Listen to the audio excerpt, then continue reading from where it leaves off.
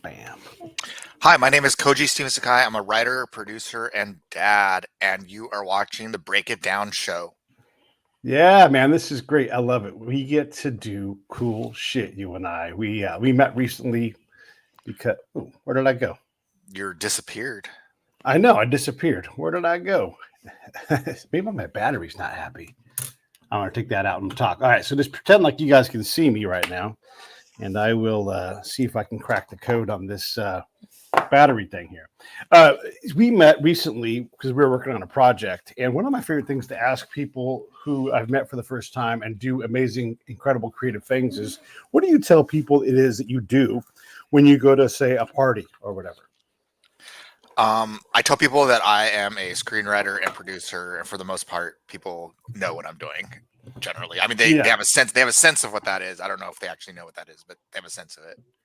yeah, and then the qualification, like okay, but yeah, but like how good, what level? These kind of things are legitimate questions because Yeah. there's a lot of people that do amazing things.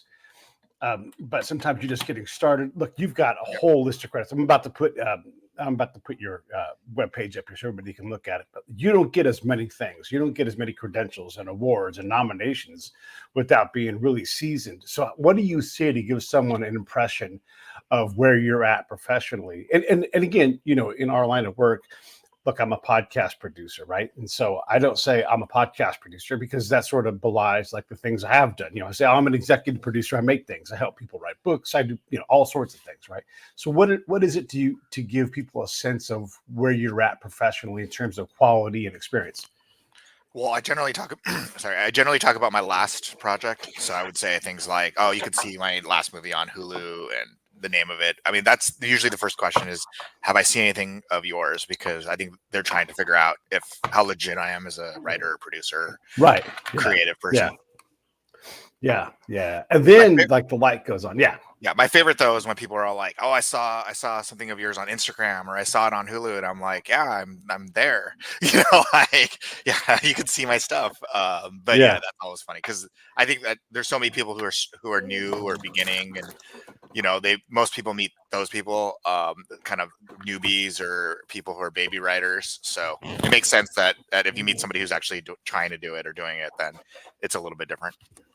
It's like when you're a comedian, you're like, "Oh, I'm a comedian," and then you have to say, "Okay, what kind?" And you're like, "Oh, I'm a national touring headlining comedian." Yes, You yeah, still may have no idea who they are, and you still have to kind of play this game. And you're like, "Oh, actually, I've seen you in on whatever." Like it's yeah. very, which is an incredible thing because you can have a fantastic, thriving career and be doing incredible things, and yet, like anything, like in the business world, oh my gosh, there are so many people that are the name in their silo, and they are millionaires because of how talented they are, but are to 7 billion people who, Yeah. Well, so that's my favorite part of being when I was a dad. At the beginning, when I was a dad, I'd go to the kids' birthday parties, and you talk to yeah, the other dads and the moms, and like I think the second question was like, "What do you do for a living?" And it's like it's all about how we judge each other, and all so right, it's always funny because sometimes people think screenwriting and producing or any of the entertainment stuff is fun and cool. Sometimes they kind of look down. They're like, "Oh, you're not like a lawyer or doctor or something."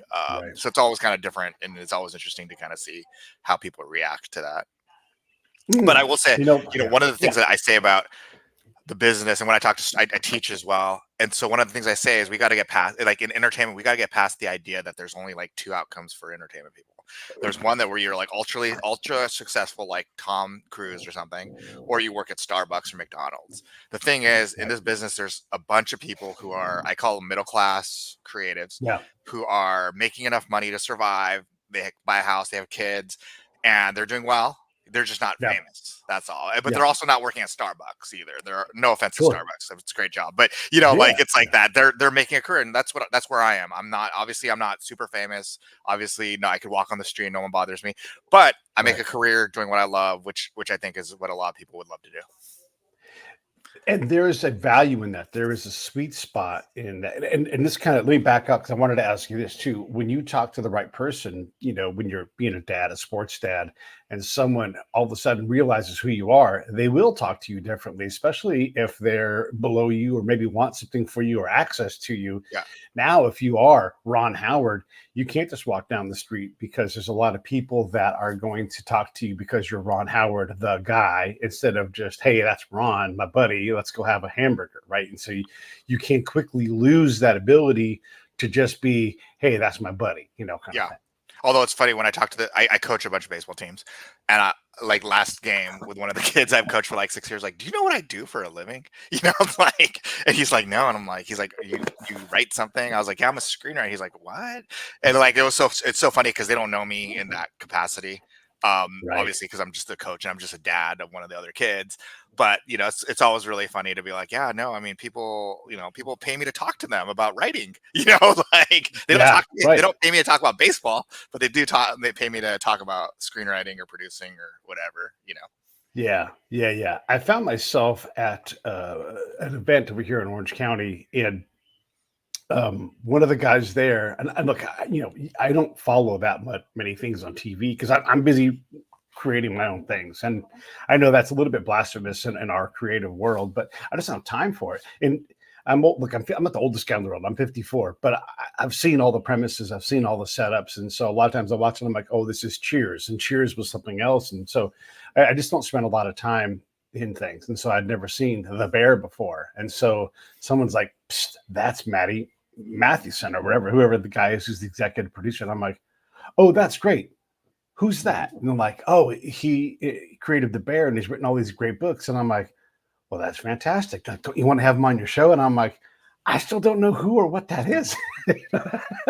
and look, it's not a knock on him, and it's not a knock on any network or anything, right? It's just, I have enough things on my plate doing my own things that I'm just not awestruck by these things, right? Because when you work in our field, you run into each other. You and I ran into each other. We can look at each other like people who make things, and we can talk, and I can talk to you like a dude who creates things. And if there's a way for us to work together, great. But I don't need anything from you. You don't need anything from me. And if we can work together, fantastic. Yeah. And that I think is a very comfortable place for us middle class folks, or at least for me trying to be better at middle class. Yeah. I think that's a great place to be. Yeah, I agree. I think it's also for the psyche, for a creative psyche. If your goal is to become, Tom Cruise, there's only like 5 of those guys. So the problem is that you're going to be unhappy. Like if I had to be, if my career success as a screenwriter was Charlie Kaufman, I'm not going to. I mean, there's only one Charlie Kaufman, Right. And I think that being able to be like, I'm fine with who I am. Obviously, I want to do more and bigger, and Sure. you want to do more stuff always. But it feels, like the moment I realized that it's okay to be where I am, it made me feel better. Because before I'd always felt like you're just trying to do more, and it was almost like it was almost neurotic in that I obviously needed to do more, but I always it just felt like I was never satisfied. And once I kind of realized that there is this middle class group of people who are being creative, who are doing amazing work, it's not about being good or bad. It's just that they're just kind of in the middle. It made me feel better about me. It made me feel better about my career. It made me feel more satisfied with what I've done. And one thing that my friend said, one of my he's a novelist, and he talked to me about this. He says that, and I take this to heart, is that the success of your project almost has nothing to do with you as a person or a creative. And his examples, if you wrote the greatest book in the history of mankind, but it came out on September 11th, 2001. No one's reading your book ever. Right. But if you could write a bad book that somehow the right person or the right moment and hits the right zeitgeist, and all of a sudden it goes crazy, but it's a bad book, and all of a sudden you're the most famous writer in the last 20 years. And he's like, but the thing is, neither of those is about your talent. It's all about just circumstances are completely out of your control. And I think a lot of writers and a lot of creatives think, oh, if I had more marketing money. I'm like, well, sometimes, I mean, marketing money does help, obviously. And being in more theaters or being in more bookstores, obviously that helps. But on a certain level, it's like, it's almost out of your hands, right? Like if Oprah all of a sudden picks up your book in the bathroom, and all of a sudden you're, and then everyone wants to read it, and, whatever. That's so I think that also staking your self worth on the success of a project is also Yeah. like a bad way of making a living, because that's just gonna, like, you just can't control that, you know. Yeah, yeah. No, absolutely. And there's something to be said for, look, there's influence and there's expertise, and they arrive at their own pace. And so even if you never have influence and you have a well of expertise, you can always draw on that. If you just have influence without the expertise, you're in peril. You know, you may never get discovered with the expertise part, but it is there and it does have value. You may not be able to extract it, but I would rather have one than the other. Yeah, correct. And this is a lottery. I mean, entertainment's a lottery, right? So Yeah, you could write yeah, like, you could write one script and sell it for a ton of money, or you could yeah, write all your life and sell nothing. And so, my thing has always been, I want as many lottery tickets as possible. So yeah. I'm gonna write as much as I can. I'm constantly working, because you just never know. And I feel like if I have 100 at bats at the game, I'm gonna have a better Mm, chance of that success, as opposed to if I write one and think it's the greatest thing in the history of the world, and then it turns out not to be, or turns out that yeah. it just kind of fizzles out, which is what most of the projects happen. But it's even like my podcast. I have a podcast called The Unofficial Official Story. For the year before that podcast, I started 3 podcasts just to learn how. Right, I learned how to Right, interview, I learned how to edit, I learned how to guests, I learned about marketing, and I did all those things with the idea that they're not going to be successful. They're right. going to have like 10 listeners and like all of those things. And then once I was kind of done learning, I started the podcast that I really want to start, which was The Unofficial Official Story, and it became successful. And the reason it became successful was that I I learned, and Right. I learned those things. And I think a lot of people, they start that podcast, they do 3 episodes, and they're like, no one's listening, and then they stop. Whereas I was taking Yeah. as a different, like, from my film background, I'm like, hey, I don't know anything about podcasting, I don't know anything about audio space, I don't know anything about any of this stuff. Let me learn Yeah. it. Let me spend a whole year learning it, and then I could figure out after how to do it. Right. I've got a show in the can that I'm going to put up right now with another guy who's wonderfully successful, and no one's ever heard of him, right? But this guy has had an entire career. He's partnered with another guy that's had an entire career. Nobody's ever heard of these guys, but they are fantastically successful, you know? And so he is a guy that made a bunch of documentaries back in the DVD director's cut. Let's add some extra stuff. And it's like, well, let's put a documentary in there, right? So this guy's made a bunch of money and got to talk to him. He interviewed he did, his name's J.M. Kelly. He did the documentary for Charlie and the Chocolate Factory, and got, well, gosh, he got everybody. He got all the kids, he got Gene, he got everybody, right? And so he got to do all these amazing things. If I said, when I said his name, people are like, who's that? I don't know, but everybody's watched it. They Yeah. take his stuff and they put it on YouTube.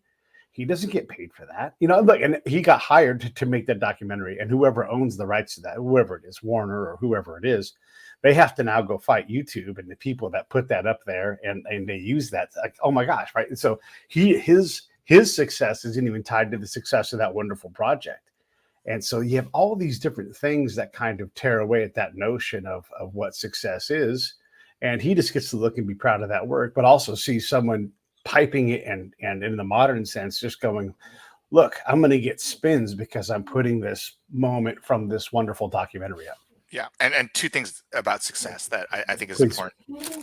It's important to remember. One is, I always have to remind myself, when I was I went to USC. When I was at USC, I remember telling myself, if I wrote one movie and had one book, I would, like, that's all I wanted. And so now I have 12 features that have been made, and I've done a bunch of TV and stuff. And I have to remind myself that was my dream. And so, what I tell myself now, and sometimes it works, sometimes it doesn't, but I tell myself I'm living the dream. I'm living, like, Right. I've already done that one, Right. and everyone after that is just bonus. And the other thing that I was lucky enough to have a friend at USC who sold $1 million spec script back when there was $1 million spec scripts. There's nothing like that anymore. But and I remember just being super jealous. Obviously, I was super happy for him, but I was super Sure. jealous. And but when him and I meet up still to this day, we're jealous of each other, because when I look at him, I'm like, dude, you made $1 million on one script. That's crazy, Yeah. but it Yeah. never got made. So when you go to IMDb, there's nothing there. What Right. he looks at my career, and he's like, you made all these movies, like, my mom has a DVD, she's come to a screening of mine, she's bought tickets to a movie, she's bought a book or whatever. He Yeah. looks at my career and he says, that's amazing. Like, I wish I had Yeah. your career, because when you look me up on IMDb, I'm there. And so that just teaches me that, you have to, it's hard to look at other people and kind of judge yourself based on what other people are doing. Because I would love the $1 million. You know, I've never made Yeah. $1 million on one script, Yeah. but you know, I've made good money and I've had a good career, and so those are two Yeah. competing thoughts that I always have when I'm thinking Yeah. about success and what success means. You know, Yeah, and I think about, and I've interviewed a lot of these people, you know, the folks who make a lot of money working on procedurals, you know, and for the people who don't know, like, you know, any show like CSI, any show akin to that, where they come on and there's a problem, they chase someone, they don't catch them, and then at the end they catch them. That's a basic procedural show. And so if you're an actor in Hollywood and you're constantly working on those and you have 100 credits to your success, but you never do anything big, when you start out, like, hey, you're going to work for 40 years and you're going to have an you would, like, that's a home run, right? And yes, so it's easy to lose sight of that. And because you're, you know, a ham and egger actor, but you're also, you don't have to ever be worried about money. Maybe you have to live in an apartment in Hollywood because you don't want to commute and you choose to live that life close to the action. And maybe you don't ever get nominated for any kind of anything special, but you get to act for a living. And then you have the free time during the downtime to go do little small projects that you want to do. Maybe you can, you know, whatever, right? It would be like a fantasy dream for someone when they yes. first started, right? We lose sight of that. Yeah, because they think, oh, I wish I was. My friend just got cast as the lead of some next Marvel movie, and you're just like, Yeah. man, I wish I was that guy. But yeah, you lose sight of it. Just like I sometimes lose sight that my dream was one movie and one book, Mhm. right? Yeah. And now, like now, I'm there. I'm past that. But Yeah. you know, you lose sight. You're like, oh man, I should be writing the next X-Men because that's my dream. I want to write the next X-Men. I'm putting it in the universe. But you know, like, Yeah. but that's like the like Yeah. like you have to keep perspective and keep that idea, because you know, like what I tell my son, he wants to be a professional baseball player. I said, hey, there's less screenwriters, professional screenwriters that are making money than there are major league baseball Mhm. players. Right. You know, and so that it's an exclusive club that you have to remember. Yeah. Yeah. And even if you get it, you may get there and realize this actually isn't what I want to do. Oh yeah, Or you get so good at it that you don't get to do it anymore. And you have to put down the thing that you love to run the company that, like for me with my show, right? Like, this is a real thing. My show is suffering because I'm so successful at my show has made me so successful at other things that it takes away from my ability to do my show. And so the things that I want to put energy into, this, there's no bandwidth for it, right? yeah. And so there could come a time where I'm like, I have done this thing for 10 years and I love doing it. I get to talk to people like you, and it's incredible. But I'm running. It's hard for me to justify the time, you Yeah. know? And so that could be you in screenwriting, where you're like, I have to go do this other stuff and I have to not write screenplays anymore, Well, even if you want to. yeah, what's ironic about screenwriting, I talk about this with my students as well, is that in the beginning of your career, it's 100% writing screenplays, right? It's 100% just writing. And the funny thing is, the further I've gotten in my career, the amount of time screenwriting has gone down. So now it's like 25% writing, 75% Yeah. business, which is pitching or making pitch decks or meeting people. And Oh it's my funny gosh. that it becomes that way. And but we talked about expertise earlier.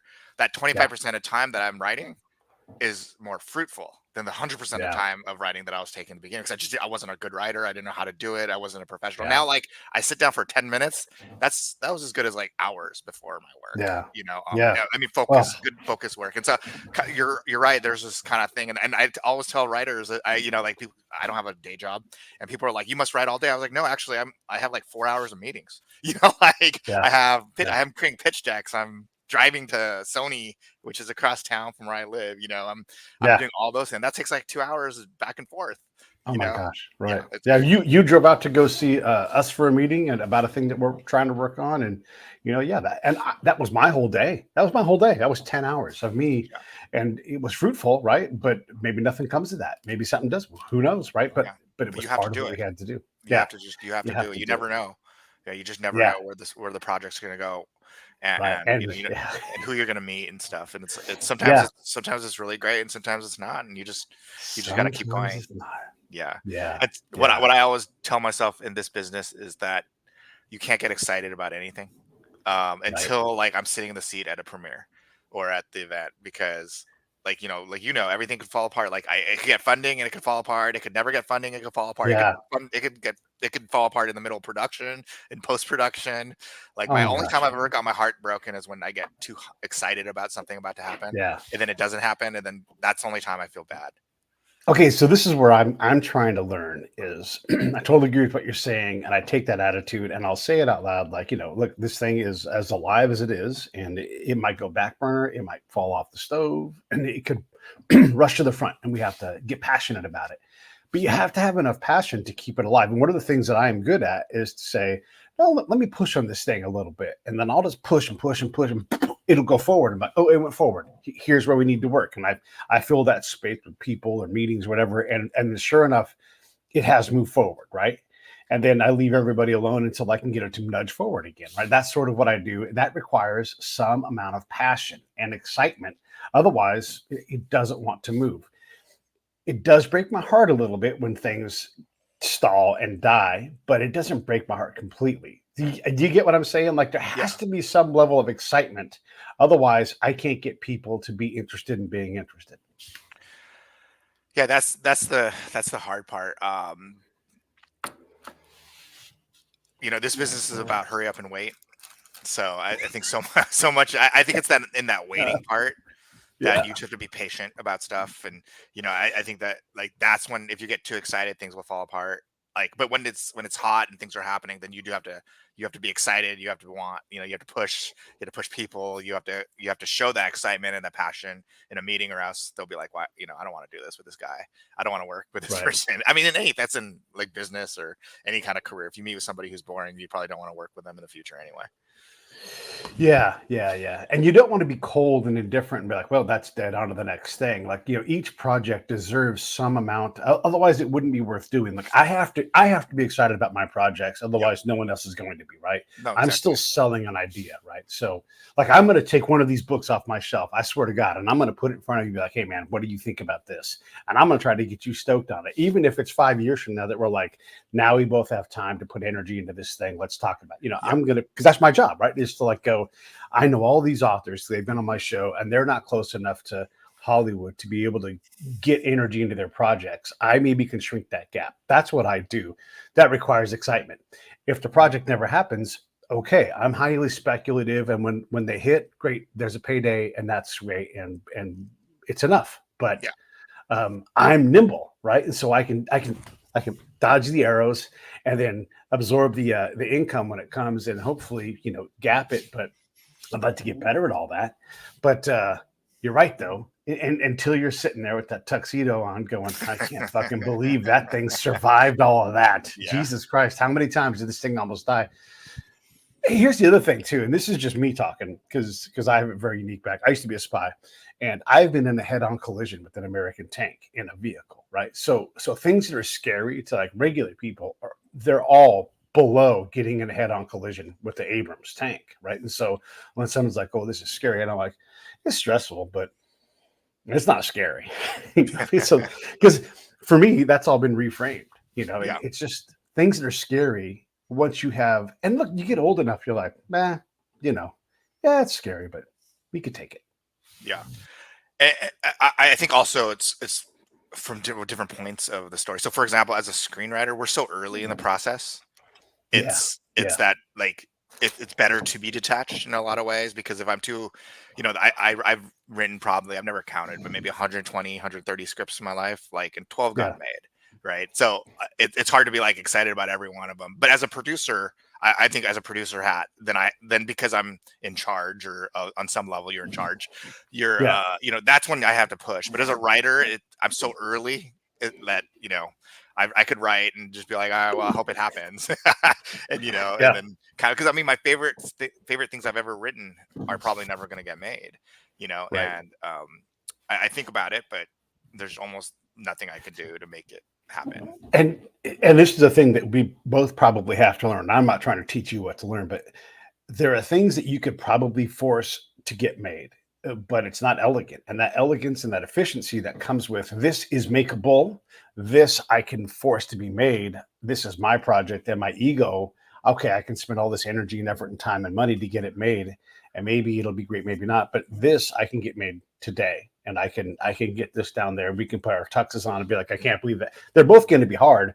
It's just this one is harder to make than that, whatever. And so you're trying to find, because time is money, and people, and organizing, and oh my gosh, all the different things you have to do. It's like, yeah, this project is probably never going to get made, and that's going to be all right because we're going to make this one.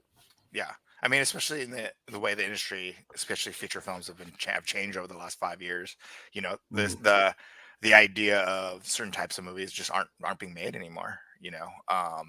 And right now I'm finding myself, most of the movies I'm writing are action movies because that's what's being made.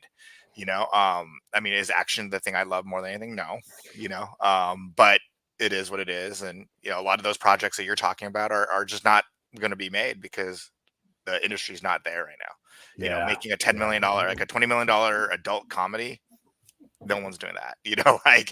And so if I'm writing something like that, then it's just not going to happen. So you have to be realistic. You have to know what's happening, and you have to make sense. And I think that's where a lot of screenwriters go wrong, and is that they're just not business people too.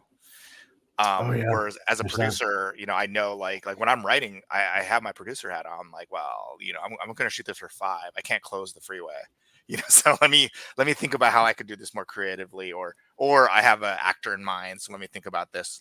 How do I position it so this actor could be in it? Because, for example, if you're going to monetize an actor, they need to be in the movie 33% of the time. So you can't just have like a guy come in at the end of the movie. It has to be like, they have to be in the beginning, middle, and end. So how do you get that guy in 33% of the scenes without 34, because then all of a sudden that person has to be one more day on set, and that's even more expensive than what it probably is already. So those are all like producer thoughts than the writer thoughts of me. So I'm working on a documentary project, and the people that I'm partnered with, they don't understand the business side of it, and they're like, very big personalities are involved. It's baseball. And they're like, well, why don't we just go to these guys? And I'm like, you understand, it's cheaper to fly the big personality to the location where we're all at, put them up in the Ritz, and then fly them back, as opposed to hire a team and all these different, let's just, find a window of time, hire people to be there, have them set up once, have some continuity, and bring them in. And they're like, and I'm like, look, if the schedules don't work out, then that's a different conversation. But it would be great if they all fit in this window, which is what we should shoot for. And if we can't do it, then I need to know so I can go out and raise more money. But going to 10 places is no longer possible. And now we have to shrink the people that we're going to have, because it's just, I can't raise the money for that, and that eats into our share. And my share is my share, and I'm not giving that up. I'll take less people in the window as opposed to flying all over the place to get more people to give us more work in the back end. All of a sudden you're like, why are we doing, so explaining the business side of it, what you want and what you get, even if it's great, I'm not paying for it. Yeah. That's movie making in general. Right. Right. Yeah. One of my biggest pet peeves in Hollywood is that there's so much fat in big productions. There's so much waste. And I come from I started making my first movie was $50,000, and I've made it, I made a lot less and a lot more, but I know I could make it for nothing. It's when I go on these big sets, or when I've had big sets, it's like, do we really need all these, do we need that person? No. Do we need that? I just go through my head and just think about all these things. But there's a certain style in Hollywood that, as much as I hit my head against the wall and try to fight it, sometimes I can't. But as a creative person or as a producer person, I'm just like, dude, this is wasteful. I could do it for much less. And I've shot TV for a lot less than what they normally shoot TV for. Well, again, being middle class, and like myself, I don't have a big staff, so I answer my own phone and all these things, and so I'm able to be creative and look for ways to. Because I am the one that pays a lot of the bills. It's easier to say I can do this thing that somebody bigger couldn't do because there's just less people to pay, right? And so some of these harder projects do get made because, I can do this for this because there's just less folks standing around, and we're still going to do a good job, but there's just less people. Yeah, You know, so exactly. the job's going to get done. There's just, I don't have a staff all the time. It's like, you know, do you want to do this? Do you have time? Great. You're going to get paid this much for it. And I'm not saying we're paying people fair, but we're not paying them when they're not working because they're going to do something else. And it's hard Yeah. to manage it that way. But that's the part that I do is I figure out who's available and put a team together and we lead them. And hopefully the project stays alive and everything gets done. Yes, that's the hope. I wanted to ask you about this because this is a thing that it's hard to understand on the outside. And even I struggle with it. Like it's the feeling versus the expertise, right? And they battle, right, emotionally in my head. And I know for people on the outside, it's even harder. So a guy named Jason Keller, he wrote the script for Ford versus Ferrari, and he wrote it forever ago, right? And so he fights for this incredible movie to get made and fights and fights and rewrites and fights and fights. And finally, you know, like, yeah, it's going to get made. By the way, here come the Butterworth brothers. And look, this is no knock on those guys. They're pros, but they have to be on the writing credits because that's how this movie gets made because no one knows who Jason is. And so now it's like 3 names on the written by, but he is the guy that championed this thing from day 1 to day 8,000, whatever it was, like legitimately a long years and years and years. But his movie got made, his name's on the screen, and now he can write a lot more things a lot more easily. And so it is part of that struggle. And if someone said, by the way, Matt Damon, you know, multiple Oscar winners are going to be in your movie, you know, holy shit. And they're going to make this period piece and it's going to be incredible. You would say, yes, more. And yes, who cares about credits? I just want to get it made. So there is that thing. So talk a little bit about what that feels like professionally, personally, emotionally. Yeah. So one of the things I always tell myself and I tell my students is that you have to think of screenwriting as an architect. And what that means is that we aren't the storytellers in the way that other people are, like a prose writer or novelist is. So we create the foundations of the story and we write it. And then once it's out of our hands, once we are done with that script, it's completely out of our hands. So, you know, with that perspective, like sometimes I'm not happy with decisions that are made. Obviously, sometimes, you know, things are changed that I wouldn't have changed. But when I think of myself as an architect, I say, hey, if I give my architectural plans to 100 different builders and designers, it's going to look 100 different ways. So it's the same thing if I give my script, sell my script to a production company, director, an actor, whoever. It's going to look 100 different ways, and those are the choices they made. So my thing, what I always tell people in that situation, I always say, hey, my script was better. You know, I just say my script was better, but you know, ultimately they made different choices than I would have made, but it is what it is. So in terms of sharing credit, that's just a part of the industry. You know, so many people want credits for stuff that they don't necessarily always deserve. But you know, you sometimes have to play that game, especially if you don't have any credits, especially if you don't have any things.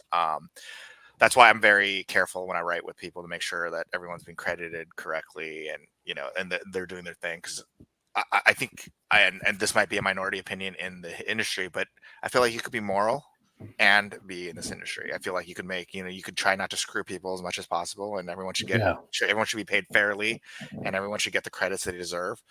And that, like, you know, my goal is not to screw somebody out of their writing. My goal is not to screw somebody out of their credit or out of their money. You know, but yeah, it's just part of it, and unfortunately, it's a terrible part of it.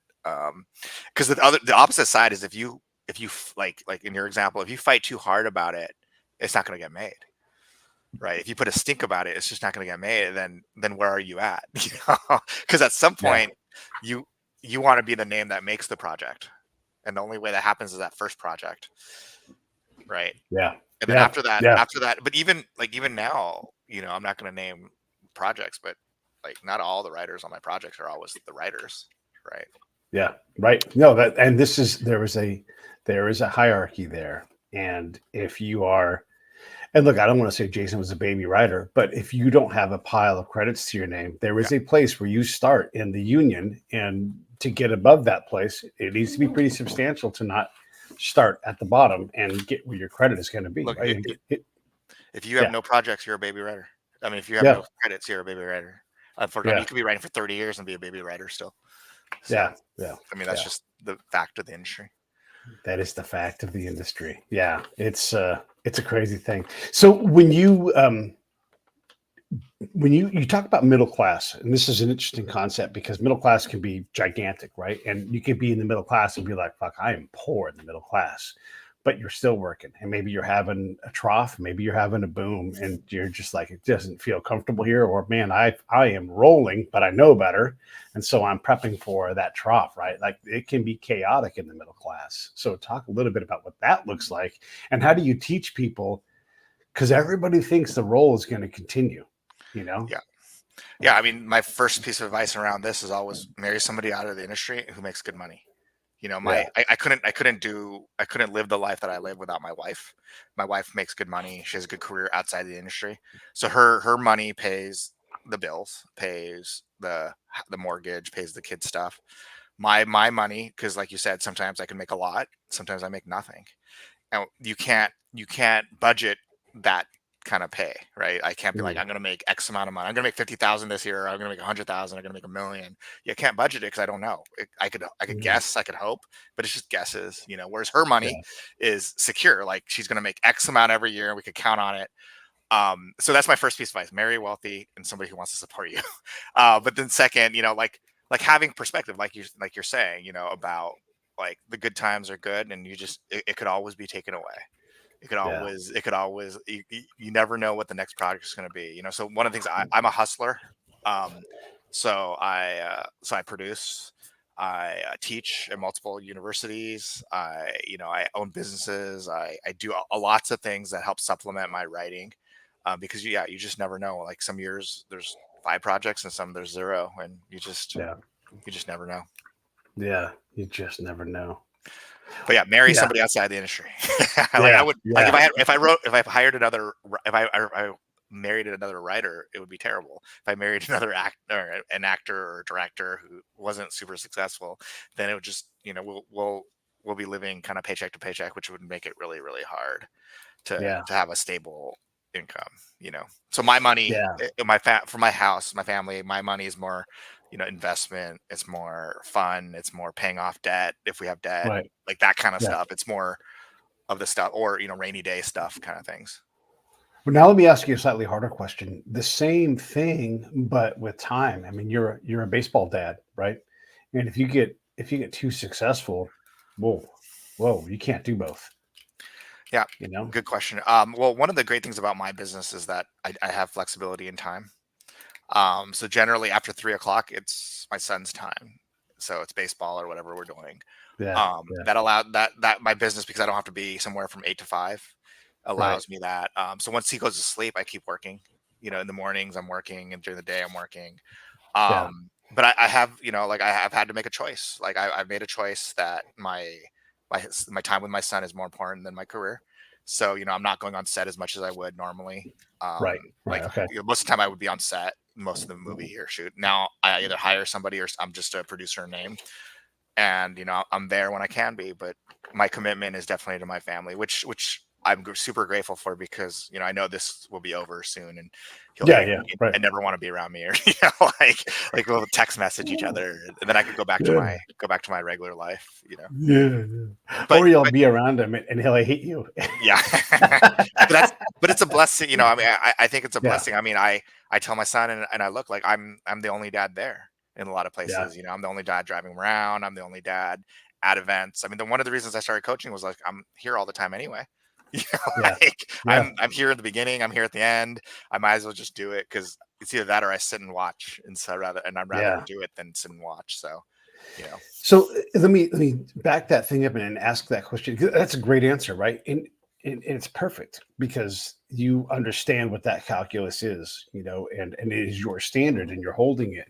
But when it's your project and they're going into post and you're not standing behind that editor or the sound, all those things that are your decisions, you have to have someone you trust to make those decisions because when they're working from you know 2 in the afternoon to midnight and you're not standing there, how do you cope with that?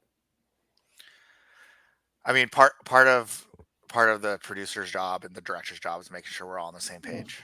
You know, Yeah. so it's about providing good leadership. It's making sure that everyone's on, you know, everyone's facing the same way. Yeah. And having a team that I trust and believe in. but making sure that I am keeping my eye on things. So it does sometimes take me to, I have to do double duty. I have to stay up late. Sometimes I have to, Yeah. I do take Yeah. meetings with my son around, because I just have to, because like Yeah. my day stops at 3. It doesn't mean everyone else's day stops at 3. Right. So I do have to hustle a little bit. I do have to work, but that's just part of the business. Yeah. Yeah. And there's no, like, what I do is that there's no downtime. There's no such thing as downtime. Saturday, Sunday, I'm still working. Vacations, Yep. I'm working. Mornings, there's, Mm. I'm not walking around. I walk the dog, but I'm not just walking around and hanging out. I'm constant. Like, if I'm not with my kid, I'm working, and that's the Yeah. calculus I had to make. Yeah, yeah, yeah, yeah. And I ask these questions because I understand what that means. Like if I'm in the car driving, I might set aside time just to let my brain think about things, but it's thinking about work things. Yeah, I'm either thinking about some part of the story that I'm trying to like work through so I can communicate, whatever, right? But a lot of the times I'm on the phone and I'm just working on phone time because I've got to talk to people to yeah, do the version of what I do. And you're certainly further along than I am, but if I'm able to do my part, and that's get these people together to let them do their jobs and keep these projects alive, then that means I'm talking to a lot of people. I'm rubbing backs. I'm being patient. I'm poking when the poking me, and I say I'm going to poke you.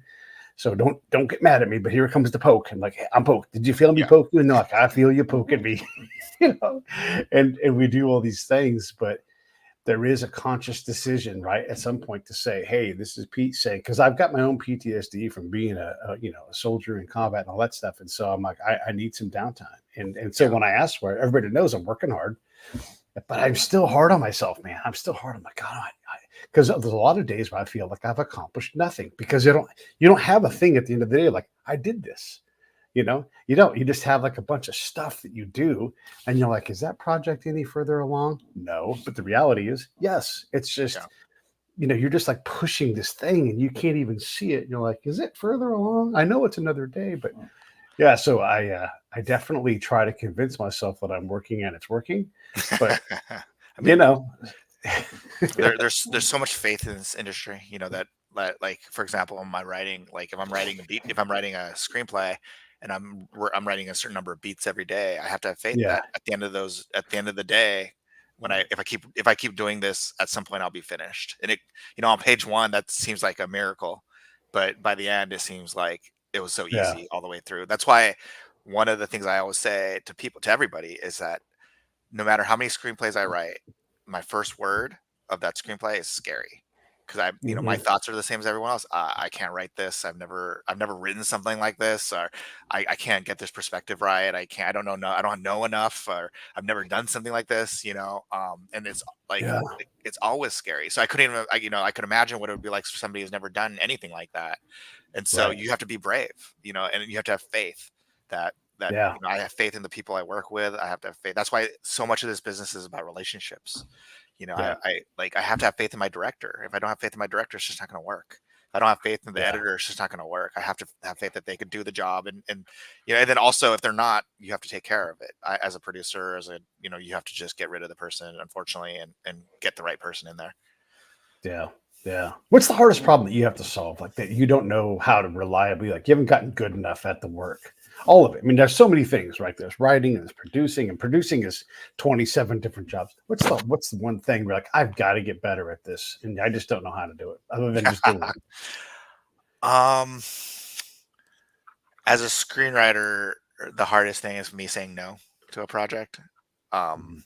I always want to say yes, because I feel like I could write anything, and then in the middle of some projects, I regret it. Um, but so that's pretty simple. I just have to say no more. But as a Mhm. producer, I think the hardest thing for me as a producer is that I'm an intuitive guy. That means that I base a lot of what I do on how I feel in terms of my relationships with people. Yeah. And so a lot of times that's gotten me in trouble, because I have faith in people that I shouldn't have faith in. Yeah. And so then, because I know as a producer, I should be more cold hearted. I should look at the numbers, or I should look Yeah. at like numbers, and like whatever that means. But that gets me in trouble sometimes, because like, for example, like with my wife, we joke that I know I'm going to hire the person the moment I see them, because it's based on how Yeah. I feel, not how by how they look, but how I feel about what I Yeah. see. Yeah. Yeah. Um, Yeah. and so, and my wife is the complete opposite. She's a intellectual, and so she looks at the facts and the numbers, and so that's why we make a good couple, because we're so different in that way. But that's gotten me in trouble more than a handful of times, where you're like, oh, Yeah. I believe in this person and I trust him or her, and then it goes sideways, and then it causes a lot more problems that I have to kind of clean up. So when you get it right, do you hit the ball farther than the cost of when you smash the ball into the ground off your leg? Is the pain worse than the home run? Well, I remember the times I lost, like that. I struck out, right? You remember the Fair enough. Yeah. strikeouts more than you remember the other ones. Yeah. But it's just it's hard to, it doesn't always make sense. But that's how I'm wired, I think. And no matter how Mm. much I want to change it, it's the way I think. It's the way I react. And honestly, that's why I'm a writer, Yeah. because this sounds all hokey, but like I'm empathic in the, not like I can hear people's thoughts, but I feel people's energies. Like I could, like when my wife hates it, because when she's got to get mad, I'm already mad. And so when she's sad, I'm sadder, because I'm Yeah. feeling her energy. And so that's what Sure. I'm responding to as a producer. But in my write, that's how I write as well. I feel Yeah. like it helps me to be a better writer. That's why my joke is, I feel like I write really good women characters, because I might not be a woman, but I've talked to a lot of women. I feel their energy. Yeah. I've been on dates with a lot of women when I was younger, and I feel like I know what they feel like, and so I could Yeah. write that down even better than men, because I never spent as much time with men as women at the time. Yeah. Yeah. Interesting. Yeah. Well, I mean, that makes a lot of sense. You write what you know, but you also write what you feel, right? Yeah. And when you can create that emotion, that's the best kind of writing, right? Like you're.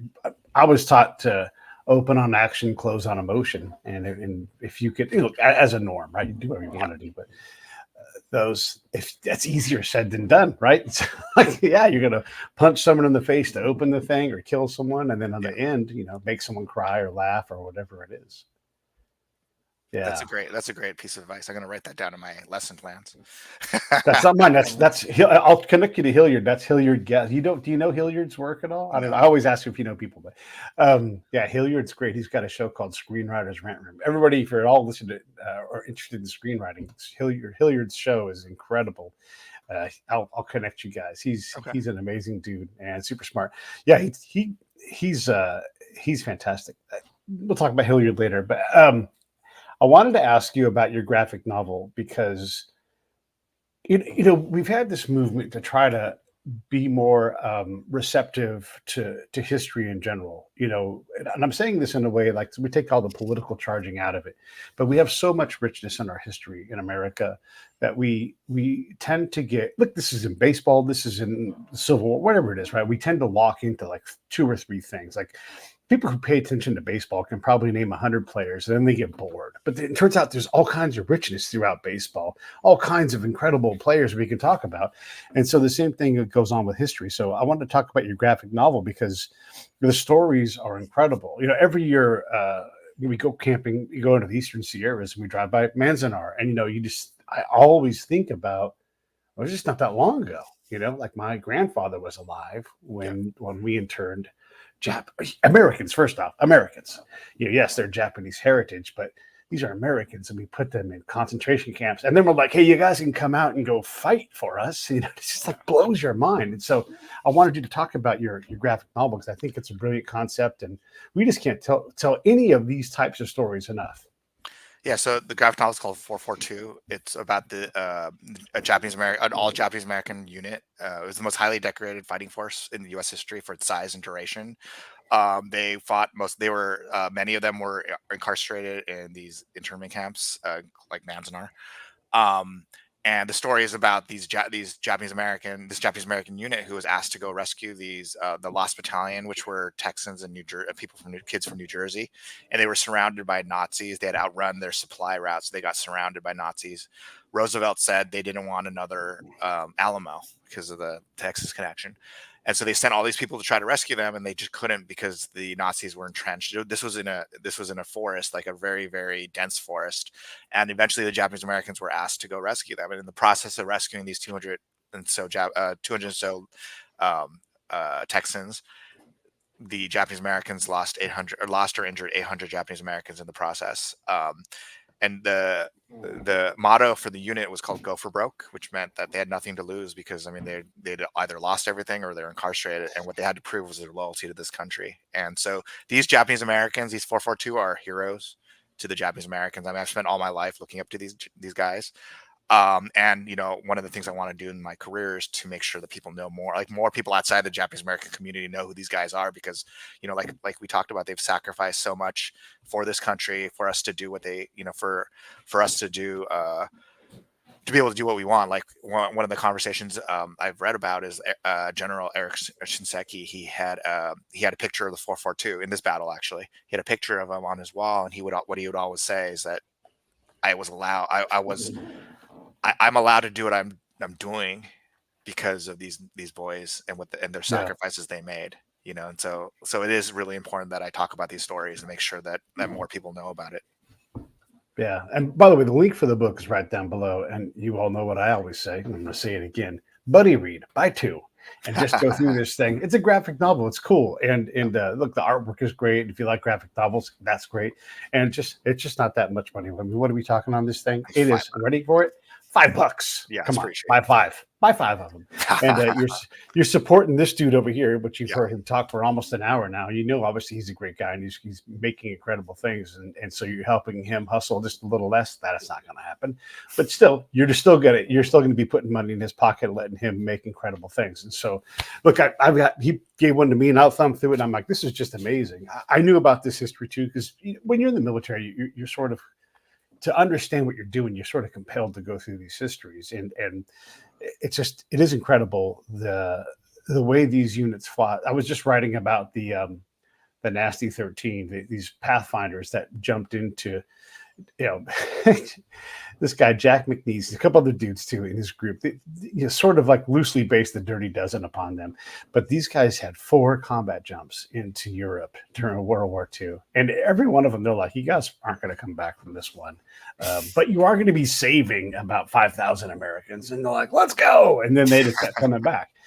Not everybody, but yeah, it's just an amazing thing. And these guys were just so selfless. So whether it's a bunch of Japanese Americans or a bunch of dudes from Oklahoma or whatever it is, there are these incredible stories that we just don't know about.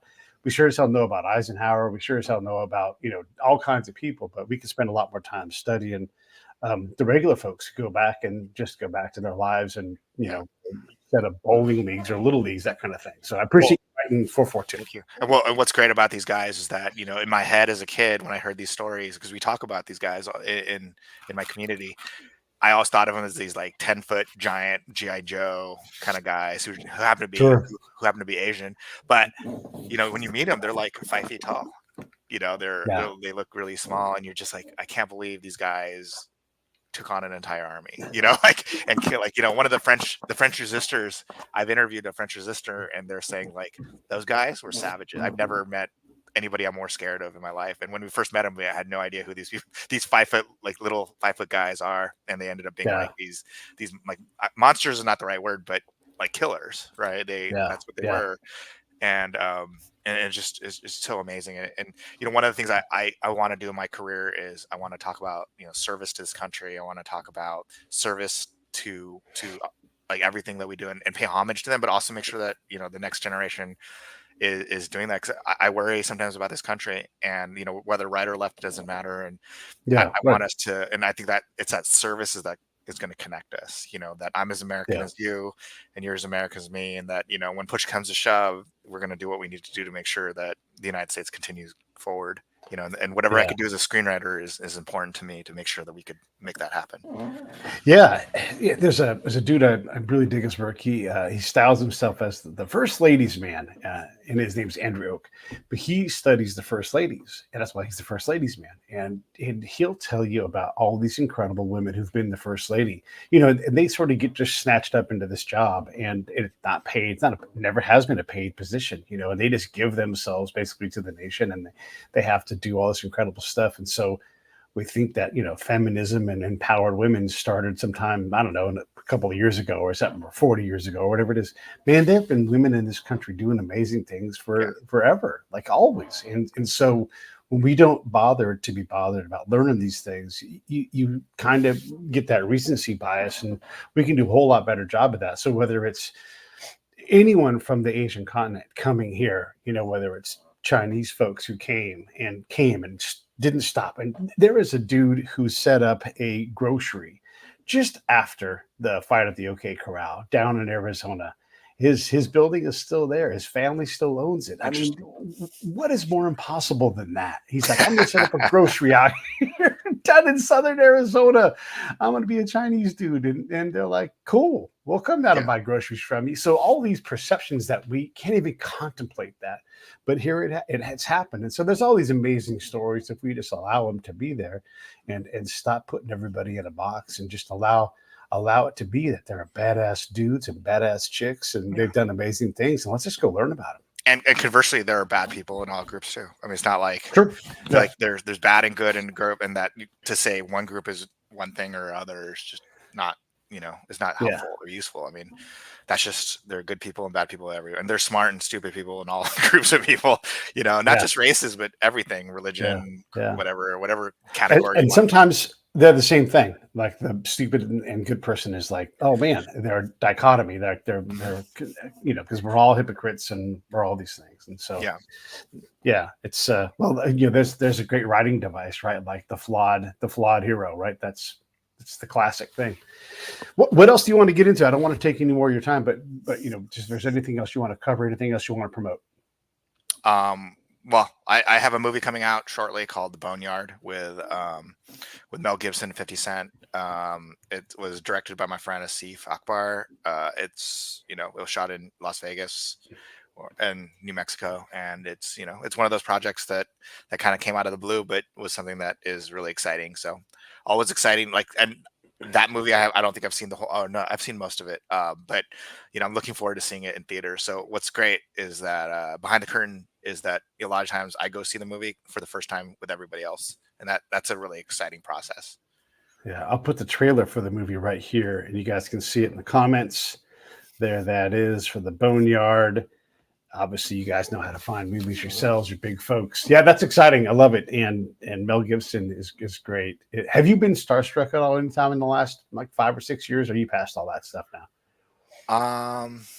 No, I've only been starstruck by an author that I really like. His name's Sherman Alexie. He's like my favorite author of all time. But other than that, I don't ask for autographs. I don't do anything. When I go to a baseball game, I always think it's silly that you have a bunch of adults fighting kids to get autographs from from athletes. I'm like, dude, just let the kids get the autographs.